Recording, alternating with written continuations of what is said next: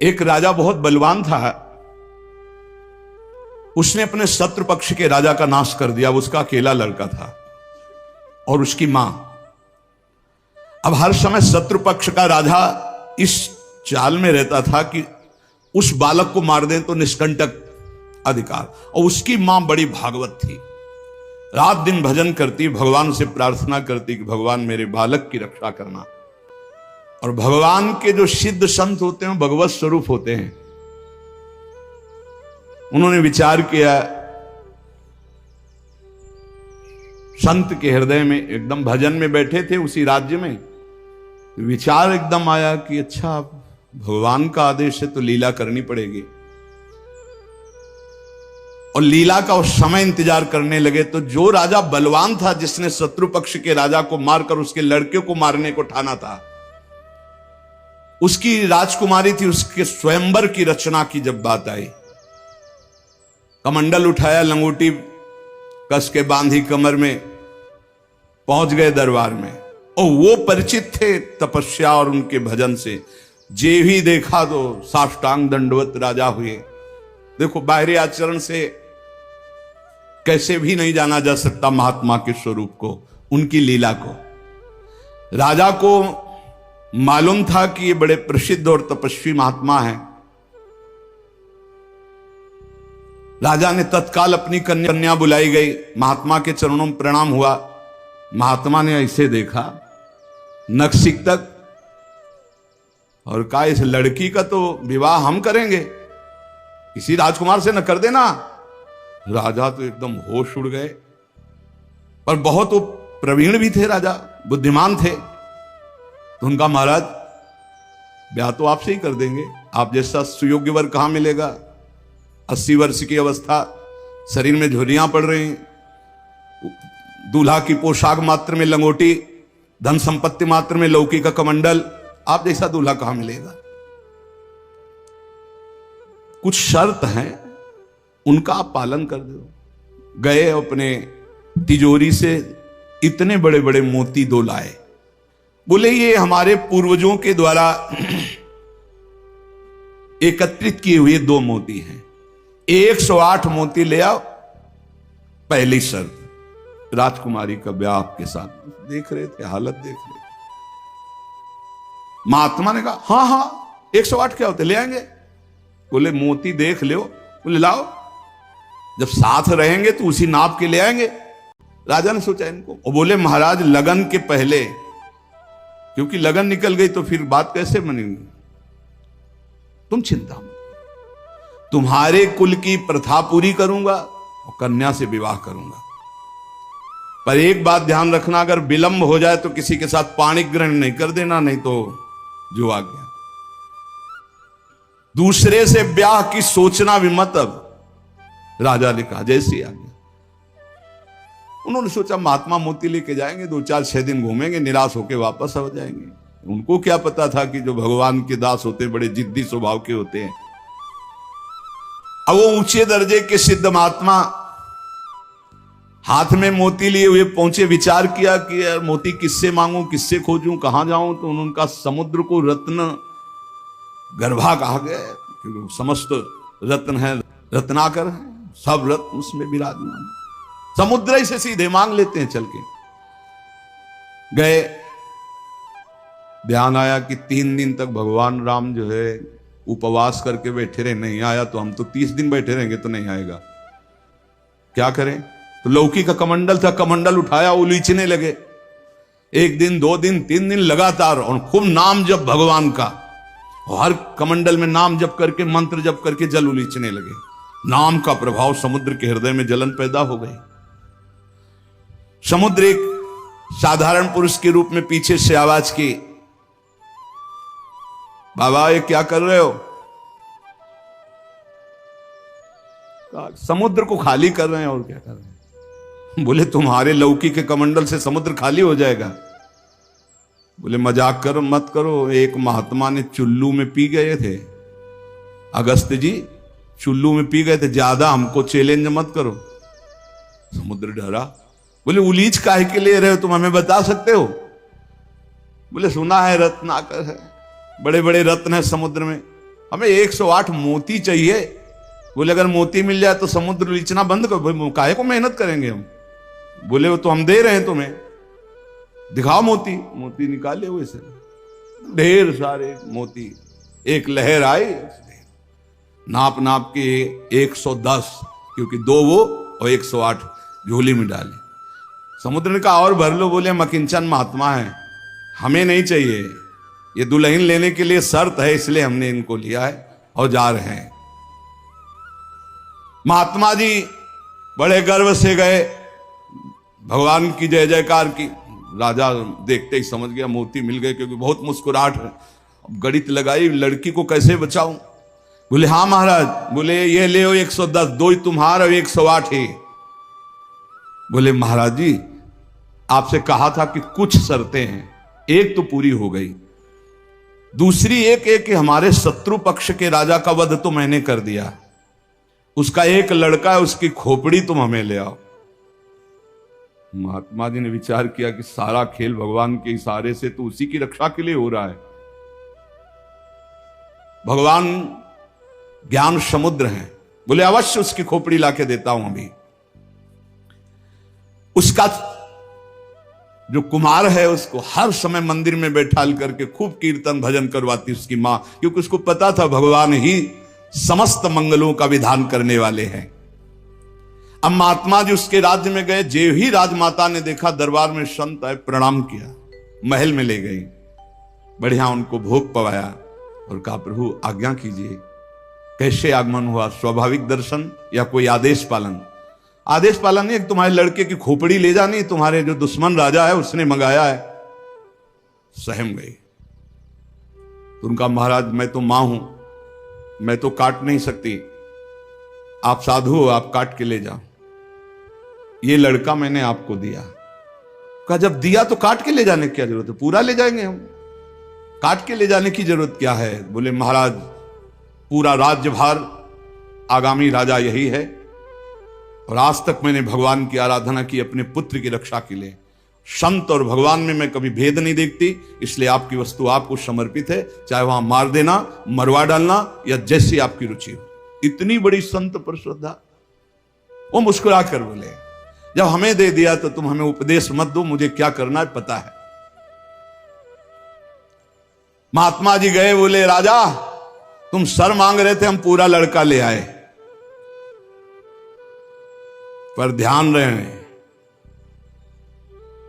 एक भी बाल बांका नहीं होगा, पहले भांवरे फिरेंगी, इसके बाद तुम्हें जो मनावे सो कर देना। राजा ने बहुत खुश हुआ। बोले बंदी नहीं, बिल्कुल ऐसे ही राजकुमार की तरह बैठा लो, हमारा ब्याह हो जाएगा, हम दुल्हन लेके चले जाएंगे, फिर तुम्हारा जैसा मनावे वैसा करो। राजा राजी हो गया, सिंहासन पड़ा, राजकुमार की तरह बैठा, दुल्हन सजा। अब तो सब शर्त पूरी हो गई थी।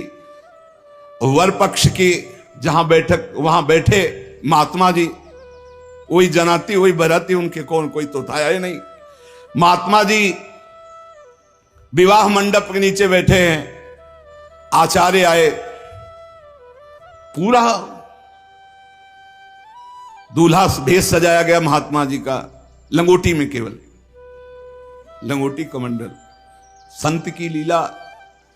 कन्या आई, महात्मा ने कहा रुको, एक बार देखा तुम्हारे योग्य नहीं हो, हे राजा ये तुम्हारी लड़की हमारे योग्य नहीं। तो महाराज आप ही बोले थे, अब मतलब अब बेइज्जती तो मत करो, बिल्कुल भावरे पड़ने वाली। लड़के की तरफ देखा, हे यहाँ खड़े हो बगल में, ये योग्य है तुम्हारी लड़की की एक, चुप, ब्याह कर इसके साथ। तुरंत अपने तपोबल से उस लड़के का ब्याह कराया। बोले सौभाग्य, जाओ। मां ने आराधना किस बात की थी कि दुश्मन राजा कहीं हमारे पुत्र को ना मार दे, और ये आदेश भगवान ने संत को दिया। तो इतनी बड़ी लीला संत ने रची, और उस राजा से कहा होश में तुम्हारी बेटी का सुहाग है, पूरी सुरक्षा उस राज्य की भी तुम्हें करनी, और अगर हमें सुनाई दिया किसी भी तरह का विरोध। महाराज कभी कभी भगवान की आज्ञा से संतजन कुछ ऐसी लीलाएं करते हैं जिन लीलाओं को बाहरी आचरणों से आप जान ही नहीं सकते कि मामला क्या है। तो कह रहे हैं कि बाहरी जो लीला है वो तो कोई नाटक का पात्र भी कर सकता है, लेकिन संतों की लीलाओं को बिना भगवत प्राप्त कोई जान नहीं सकता है। हमारे ग्वारिया बाबा वृंदावन के सेवा कुंज गली से मस्ती से में चले आ रहे हैं, यार की मस्ती में। सामने से कुछ बंगाल से एक परिवार आए हुए थे दर्शन करने, उनके साथ लड़की को देखा। 70 वर्ष के होंगे बाबा, ग्वारिया बाबा। बिरज गए, बोले नहीं हम इससे ब्याह करेंगे। अरे बंगाली बोले कैसे करोगे तुम ब्याह, बेटी हमारी हम ऐसे। बोले नहीं।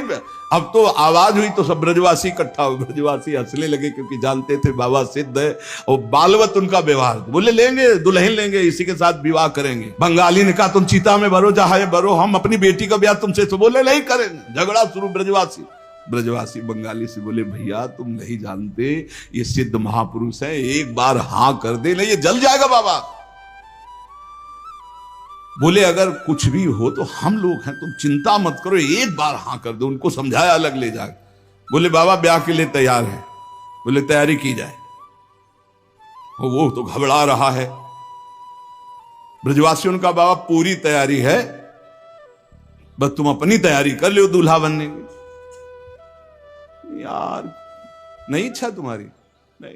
बोले हमारे यार की इच्छा नहीं। चलिए।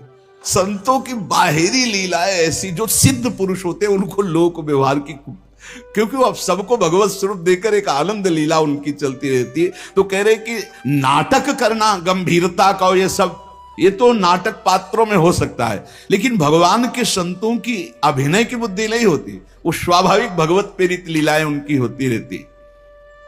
बोले मिताहार, आधा किलो देसी घी, किलो 1.5 किलो रबड़ी, आधा किलो 1 किलो दाल सब्जी, ऐसी रोटी बीता से ना पी जाए। जब कोई देखे है चल उधर देख, और प्रसाद पाए। संतों की तो लीलाएं जान नहीं सकते। 10 ग्राम संख्या एक बीजा में मर जाए। जो भगवत प्राप्त महापुरुष है उनकी अलग अलग लीलाएं होती हैं। इसलिए कह रहे जो सिद्ध पुरुष है उनको बाहरी आचरण, अगर वास्तविकता आपको देखनी साधुता की तो मुमुक्षुता में देखिए, या जो साधक तन्मयता पूर्वक भजन में लगे उनको देखिए। सिद्ध पुरुषों से आप पहचान नहीं सकते कि किस कोटि के महापुरुष है। संत आंतरिक क्षमता से युक्त होते हैं। क्या भक्ति से ऐसी ऊंचाई प्राप्त होती? ज्ञान से और भक्ति से, दोनों से ऊंचाई प्राप्त होती है। या कोई ज्ञान मार्ग का उत्तम पथिक या भक्ति मार्ग का उत्तम पथिक। अज्ञानी पुरुष तो प्राप्त समझ ही नहीं सकता संत महापुरुषों की चेष्टाओं को। तो क्या अपने को सबसे श्रेष्ठ समझते हैं संत? नहीं नहीं नहीं, सबको अपने से श्रेष्ठ समझते हैं भक्ति के संत, और सबको आत्मस्वरूप समझते हैं ज्ञानी संत। अपने से सबसे श्रेष्ठ समझते हैं भक्त सिद्ध संत। सो अनन्य गति जाके असमति न टरे हनुमंत, मैं सेवक सचराचर रूप स्वामी भगवंत। मैं सेवक हूं, चराचर जगत मेरे भगवान का स्वरूप है, ये सिद्ध भक्त का। और जो ज्ञानी होता है वो सर्वम खलमिदम ब्रह्म, वो ब्रह्म स्वरूप अपने आत्मस्वरूप का अनुभव करके नानात्व का विस्मरण कर देता है। भक्त समस्त विश्व के लिए भजन करता है। देखो साधक अपने लिए भजन करता है, सिद्ध किसके लिए भजन करता? विश्व के लिए।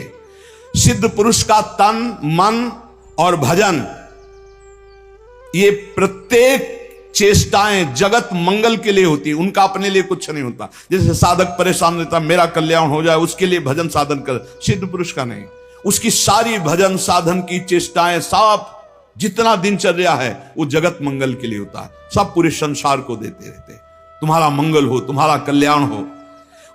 उनके पास कोई चीज नहीं रहती, कोई चीज नहीं, सब पर भगवान का अधिकार, सब भगवत स्वरूप जगत, इसलिए अपना कुछ नहीं। बड़ा ऊंचा भाव होता है भक्त का, जो सिद्ध महापुरुष होता है। जब तक देखो संतों की चेष्टाओं को नहीं जान पाओगे, उनका जो भाव होता है बड़ा विचित्र होता है। एक नाव में बहुत से लोग बैठे हुए थे, संत भगवान भी बैठे हुए थे, आराम से नाव चली जा रही थी, सब इधर उधर की बातें कर रहे थे। संत तो एक उन्मत्त अवस्था में, नाविक ने कहा सावधान, नाव भंवर में फंस रही है, अब डूबने वाली है। संत भगवान का कमंडल था, फौरन ढक्कन हटाया और भर भर करके नदी से पानी नाव में डालने लगे। अरे वो ये क्या कर रहे हो? किसी के नहीं सुन रहे थे, 10-12 कमंडल तो डाल ही चुके थे। इतने में नाविक ने कहा भगवान की कृपा से नाव भंवर से निकल गई, बचने का संकेत है। जो कमंडल से डाला था बाहर फेंकने लगे।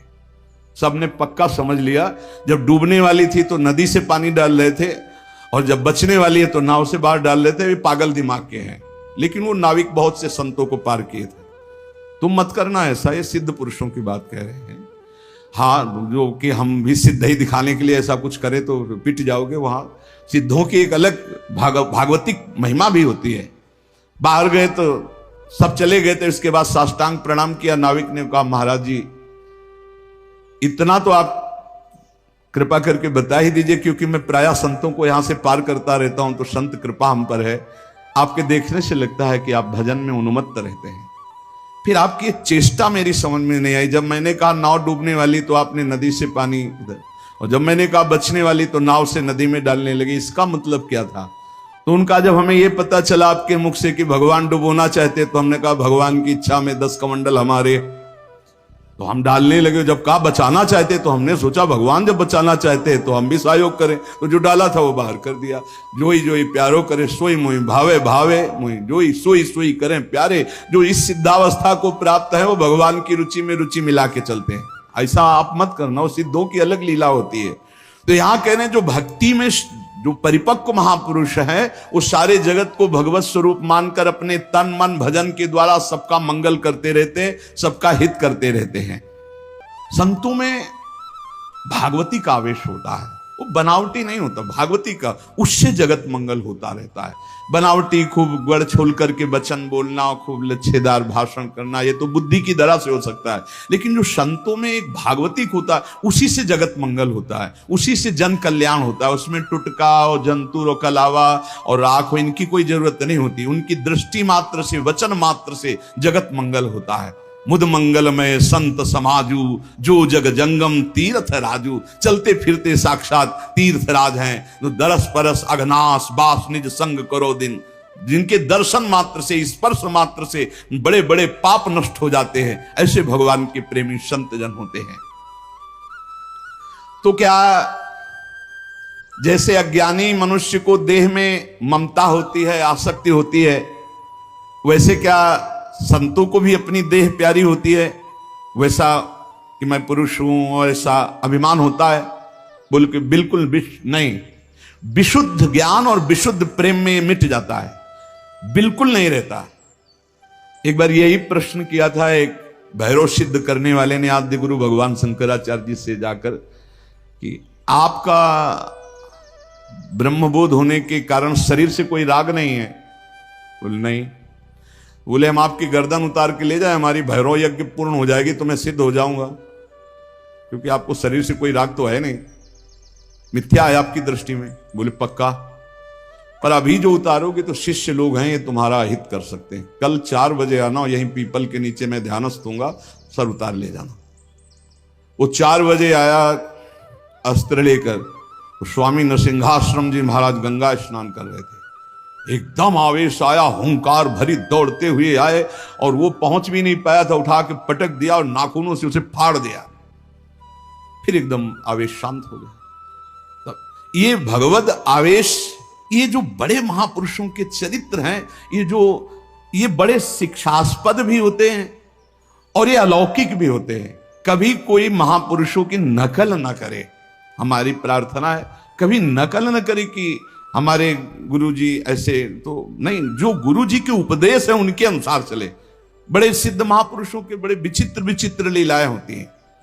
महापुरुषों की बाह्य चेष्टाओं को बिल्कुल नहीं समझा जा सकता, इसलिए कभी उनकी परीक्षार्थ ये जांच न करे कि हम बाहरी आचरणों से उनको, हम आपको सत्य कहते, बड़े बड़े महापुरुषों से मिले, आप कदापि नहीं जान सकते, कदापि नहीं जान सकते कि ये किस कोटि के महापुरुष हैं, किस कोटि के महापुरुष है।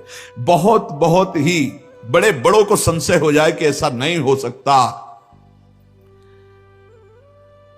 जैसे भक्त संपूर्ण विश्व को साक्षात अपना इष्ट देव मानता है, काम पड़ने पर विश्व हित के लिए प्राण त्याग सकता है, क्या ज्ञान मार्ग में चलने वाला सिद्ध महात्मा भी ऐसा कर सकता है?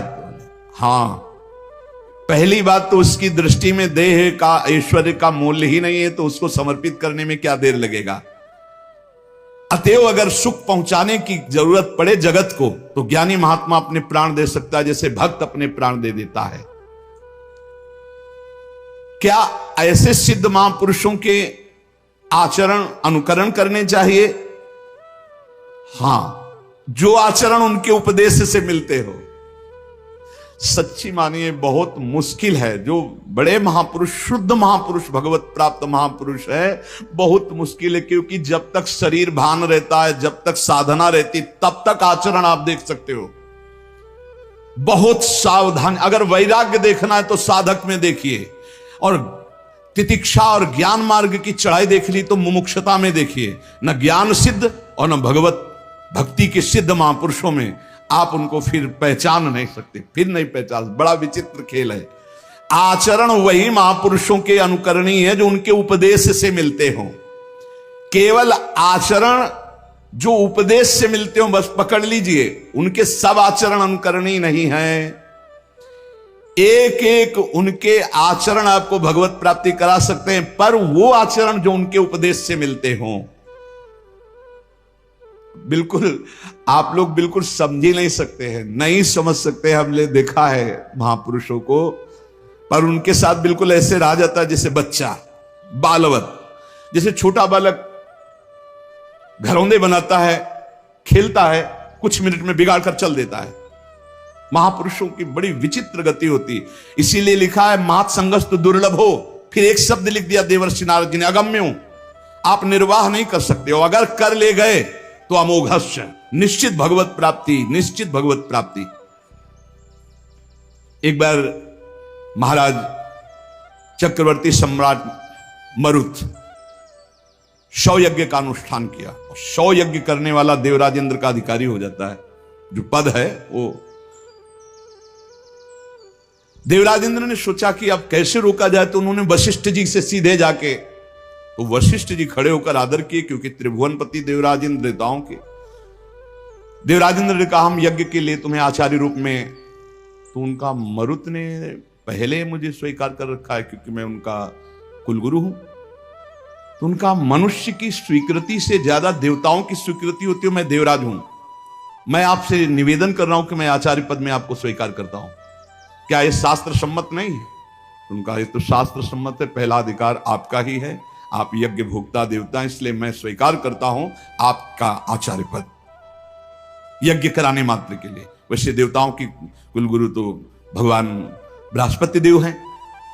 इस ईर्ष्या कि कहीं ये 100 यज्ञ पूरी न, अब महाराज मरुत को जवाब दे दिया कि हम नहीं करा सकते। संकल्प पूर्ति महापुरुष इस पर बहुत ध्यान देते हैं कि जो हमने नियम लिया उसकी पूर्ति हो। मरुत जी व्याकुल हो गए और संत सेवी थे। तो एक दिन देवर्षि नारद जी आए भगवत प्रेरित। देवर्षि नारद जी से अपनी व्यथा बताई कि हमारा तो सर्वस्व लुट गया, हमारे आचार्य को ही देवराज इंद्र ने अपने पक्ष में कर लिया और उन्होंने मना कर दिया, अब हमारा संकल्प अधूरा रहे। तो बोले तुम्हें बताएं, एक महात्मा है जो तुम्हारी यज्ञ करा सकते हैं, इस समय काशी में है और उनका नाम संवर्त ऋषि है और वो बृहस्पति जी के भाई है, पर वो रहते हैं प्रच्छन्न वेश में, अवधूत वेश में। अगर वो स्वीकार कर लिए तो ही यज्ञ हो सकती, नहीं त्रिभुवन में अब कोई यज्ञ वेत्ता नहीं है जो आपकी यज्ञ करा सके, क्योंकि देवराज इंद्र जब वशिष्ठ जी को अपने में, तो फिर अब कोई वो करा सकते हैं। मरुत ने अपने संकल्प की पूर्ति के लिए कहा मैं पहचानूंगा कैसे? बोले उनको घृणा है तो सिर्फ सब से घृणा है और रोज 24 घंटे में एक बार विश्वनाथ जी के दर्शन करने जाते हैं। तो विश्वनाथ जी के मार्ग में आप 100 रख देना, जो अवधूत विचक करके भागता नजर आवे तो जान लेना वो महाराज संवर्त ऋषि हैं। ऐसा ही किया महाराज मरुत ने। दिन भर इंतजार करते रहे, देखा एक पागल जैसे प्रच्छन्न ऋषि, जो ही देखा 100 तो भाग करके दूसरी तरफ पीछे भागे मरुत जी।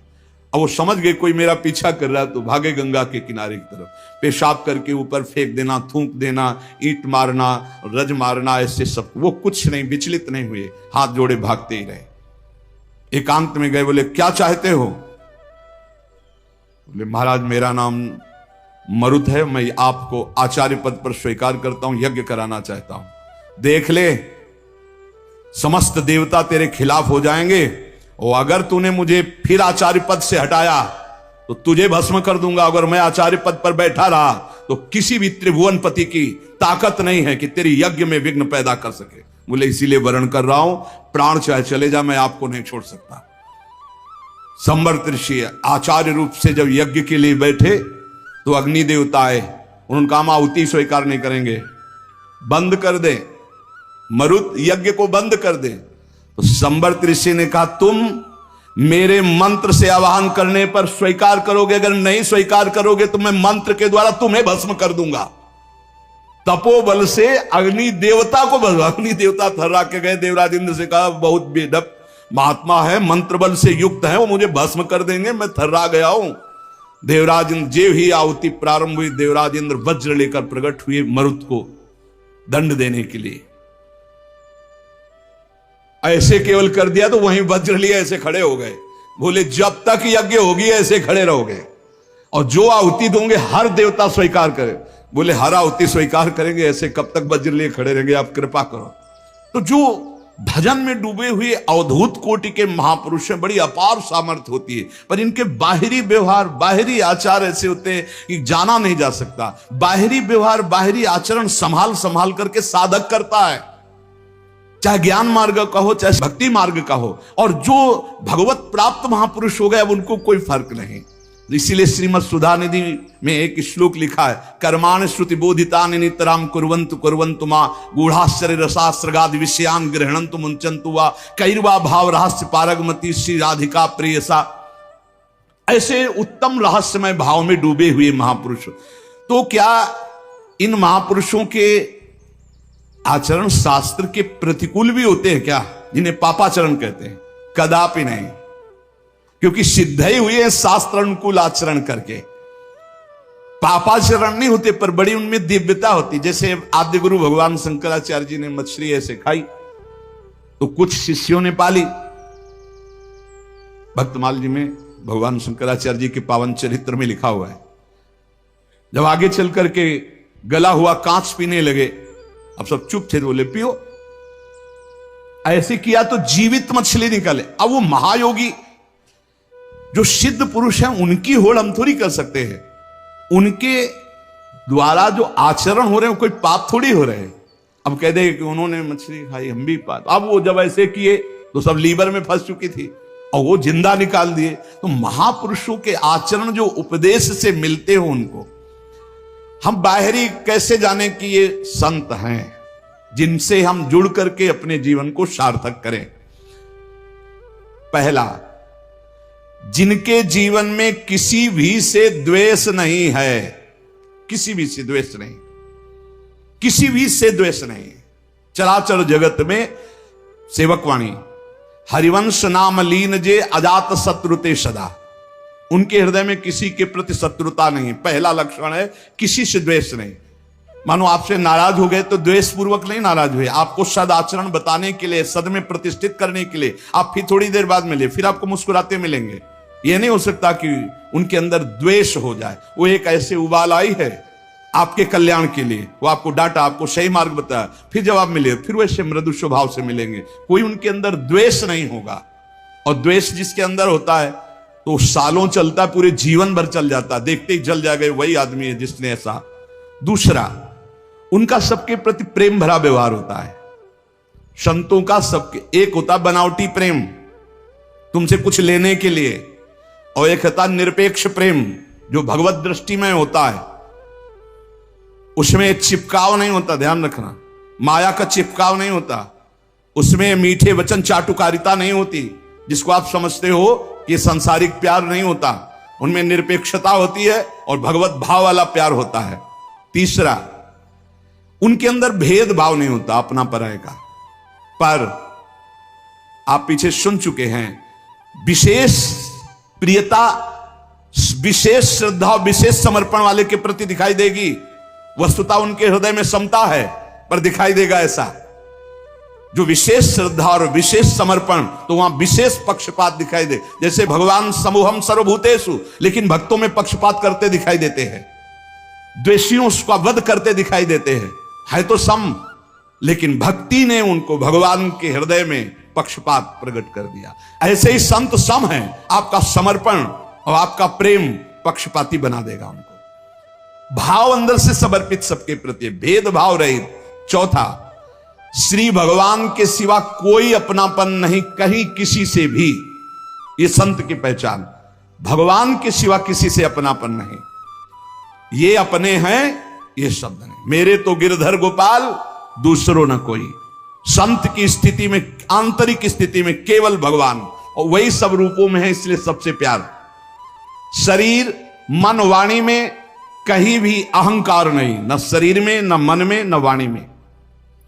सुख दुख में जिनकी बुद्धि स्थिर रहती है वो संत हैं। अपना बुरा करने वाले के प्रति सामर्थ्य है दंड देने की, पर दंड ना देकर उसको क्षमा करना, ये संत का स्वभाव है। सामर्थ्य है, अच्छे से दंड दे सकते हैं, तप के द्वारा दंड दे सकते हैं, समाज के द्वारा दंड उनको दिला सकते हैं, लेकिन वो क्षमा करेंगे। संत का स्वभाव दंड देना नहीं। अनुकूल और प्रतिकूल वस्तु या परिस्थिति या व्यक्ति या स्थिति में बराबर संतुष्ट रहना। चाहे अनुकूल परिस्थिति हो, चाहे अनुकूल व्यक्ति हो, चाहे अनुकूल घटना हो या प्रतिकूल परिस्थिति हो, प्रतिकूल वस्तु हो, प्रतिकूल घटना हो, वो समान स्थिति हृदय की रहना। चित्त का निरंतर योग युक्त रहना। योग युक्त किसे कहते हैं? निरंतर भजन चलते रहना। तेसाम सतत युक्ता नाम भजताम प्रीतिपूर्वकम ददामि बुद्धि योगम तम। निरंतर भगवान के चिंतन में डूबे रहना संत का लक्षण। चेहरा बता देता है कि भगवान में डूबा है कि संसार का चिंतन हो रहा है। जो भगवान में डूबा होता है उसकी एक अलग अलौकिकता होती है, उसके नेत्र, उसके मुखारविंद से एक आभा प्रकट होती रहती है जो भगवान में डूबा होता है।